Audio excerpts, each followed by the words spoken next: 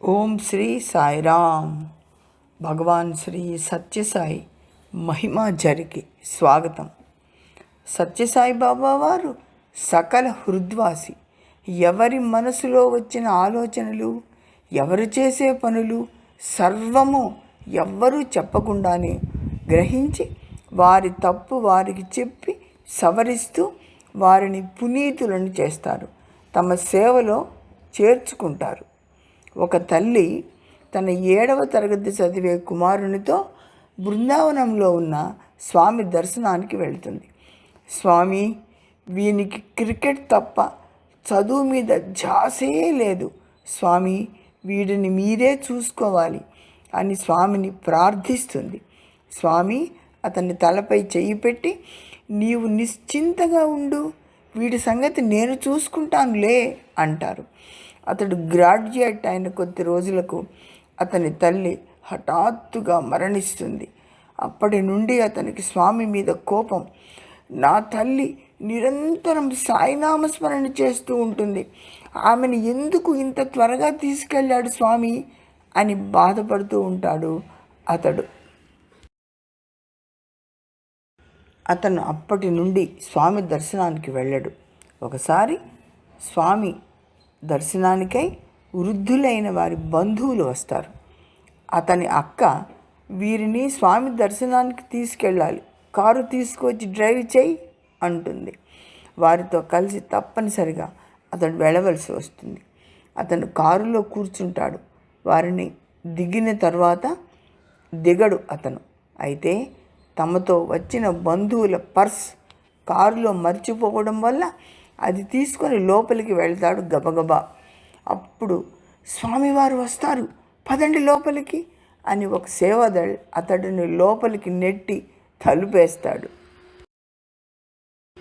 స్వామివారు దగ్గరికి వచ్చినప్పుడు అతడు మోకాళ్ళ మీద లేచి, స్వామి, నా తల్లిని అంత హఠాత్తుగా అంత త్వరగా ఎందుకు తీసుకెళ్లారు? నిరంతరం మీ నామస్మరణ చేసుకుంటూ ఉండేది స్వామి అంటాడు. స్వామి అంటారు కదా, నిన్ను చూసుకోవడానికి నేనున్నాను కదా అంటారు. I am here to take care of you అంటారు స్వామి. ఎప్పుడో అతను 7వ తరగతి చదివేటప్పుడు అతడి తల్లికి చెప్పిన మాటను స్వామి గుర్తుంచుకొని చెప్పారన్నమాట. కనుక స్వామి ఒక మాట చెప్పారంటే మరచిపోవడం అనేది జరగదు. వారి వారి అదృష్టాన్ని బట్టి సమయం వచ్చినప్పుడు స్వామి యొక్క అనుగ్రహం లభిస్తూ ఉంటుంది. 1991లో ఒకరోజు బెంగుళూరులో సమితి కన్వీనర్ ఇతడిని పిలిచి, దళపతి ఒకరు స్వామి దర్శనం కోసం వస్తున్నారు, స్వామికి కొంత డబ్బు కూడా ఇవ్వాలనుకుంటున్నారు, వాళ్ళని స్వామి దర్శనానికి తీసుకెళ్ళాలి, కారు తీసుకురా అని చెప్తాడు. అతడు అనుకుంటాడు కదా, స్వామి విభూది ఎలా సృష్టిస్తారో ఈ సందర్భంలో సమీపం నుండి నేను చూడవచ్చు, మంచి ఛాన్స్ అనుకుంటాడు. పాపం బృందావనం వెళ్ళి సాయిరామ్ షెడ్కి వెళ్ళిన వారికంతా మొదటి లైన్లో చోటు చూపిస్తారు. సేవాదళ ఇన్ఛార్జ్ అంతా కూర్చుంటారు. స్వామి దగ్గరికి రాగానే మోకాళ్లపై లేచి కన్వీనర్ దళపతిని పరిచయం చేయిపోగా స్వామి అతడి చేతిలోని ఆ కవర్ను తాకి అతడికే ఇచ్చేసి, మీ తల్లి ఆరోగ్యం బాగాలేదు, ఆమె వైద్యానికి ఈ డబ్బు ఉపయోగపడుతుంది, ఉంచు అని చెప్తారు. స్వామివారు సాధారణంగా తమ అరచేతిని క్రిందికి గుండ్రంగా తిప్పి విభూది సృష్టించి ఇస్తుంటారు భక్తులకు. అయితే స్వామి ఇతడి మనసులోని సందేహాన్ని గమనించిన వారు కనుక స్వామి అంగీని మోచేతి వరకు లాగేసి అతనికేసి చెయ్యి చూపిస్తూ అలాగే అరచేయి పెట్టేసరికి అరచేతి నిండా విభూతి వచ్చేస్తుంది. స్వామి ఇతడిని ఒకసారి చిద్విలాసంగా చూసి ఆ విభూతి ఇస్తాడు. అంతే, అతని మనసులో ఉన్నటువంటి అనుమానం తీరిపోతుంది. అతనికి మనసులో ఏమనిపిస్తుందంటే, అనుమానపు పక్షి, సందేహాలు తీరాయా, సాయి కేవలం ప్రేమనే ఆశిస్తాడు, మరేమీ ఆశించడు అని చెప్పినట్లుగా అతడి మనసుకు అనిపిస్తుంది. స్వామివారు అక్కడి భక్తులందరికీ లడ్డూ ప్రసాదం విసిరిసిరి వేస్తుంటారు. ఎవరికి ఇవ్వాలనుకుంటారో వారి అరచేతుల్లో పడుతూ ఉంటాయి లడ్లు. ఇంతలో కర్ణాటక ముఖ్యమంత్రి కొందరు అధికారులతో కలిసి వీళ్ళున్న చోటికి వచ్చి వీరి ముందు లైన్లో నిలబడతారు. అయ్యో, స్వామి నాకు లడ్డూ ఇచ్చే అవకాశాన్ని వీళ్ళు పోగొట్టారే అని ఇతను బాధపడుతూ ఉంటాడు.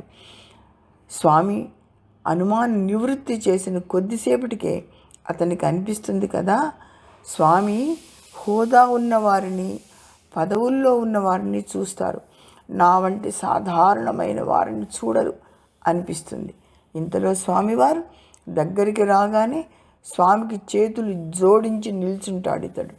తమాషాగా అతని 2 చేతుల మధ్య లడ్డు ప్రసాదం వచ్చేస్తుంది. అది ఎలా వచ్చిందా అని అతడు ఆశ్చర్యపడుతూ ఉంటాడు. స్వామి యొక్క మహిమ ఏమిటో అతడికి కొంత అవగాహన అవుతుంది. మొత్తానికి ఇతను స్వామి సేవాదళిలో చేరతాడు. ఒకమారు మధ్యాహ్నం ప్రశాంతి నిలయంలో అతనికి స్వామి ఇంటర్వ్యూ ప్రసాదిస్తారు. స్వామి అతడితో, కిటికీ దగ్గరికి వెళ్ళి చూడు, బయట పెద్ద వర్షం రాబోతున్నది అంటారు. అతను కిటికీ దగ్గరికి వెళ్ళి చూడగా కుండ పోతగా వర్షం ప్రారంభమవుతుంది. స్వామి, పెద్ద వర్షం వస్తున్నది అంటాడు. తర్వాత కొద్ది క్షణాలకు స్వామివారు, ఇప్పుడు చూడు, ఎండ బాగా కాస్తున్నది అంటారు. అతను కిటికీ దగ్గరికి వెళ్ళి చూచేసరికి వర్షం ఆగిపోయి ఎండ వస్తూ ఉంటుంది. ఆశ్చర్యపోతాడు అతడు. మరికొద్ది క్షణాల తర్వాత స్వామివారు, ఇప్పుడు విపరీతంగా గాలి వీస్తున్నది చూడు అంటారు. తక్షణమే అతను కిటికీ దగ్గరికి వెళ్ళి చూడగా విపరీతంగా గాలి వీస్తుంటుంది. స్వామి ఇతనితో అంటాడు కదా, చూసావా, వాయుదేవుడు, వానదేవుడు, సూర్యభగవానుడు అందరూ నా దర్శనం కోసం తప్పిస్తూ ఉంటే వారికి దొరకనటువంటి బంగారు అవకాశం నీకు లభించింది కదా అంటారు. అతడు స్వామి పాదాక్రాంతుడైపోతాడు. స్వామి యొక్క తత్వం అర్థం చేసుకోవటం ఎవరికీ సాధ్యం కాదు. అతడే ప్రస్తుతం కర్ణాటక స్టేట్ ట్రస్ట్ సభ్యుడు అయినటువంటి వినయ్ కుమార్. స్వామి మానవుల హృదయాలు పవిత్రం చేసి తమ సేవలో ఉంచుకుంటారు. జై సాయిరామ్.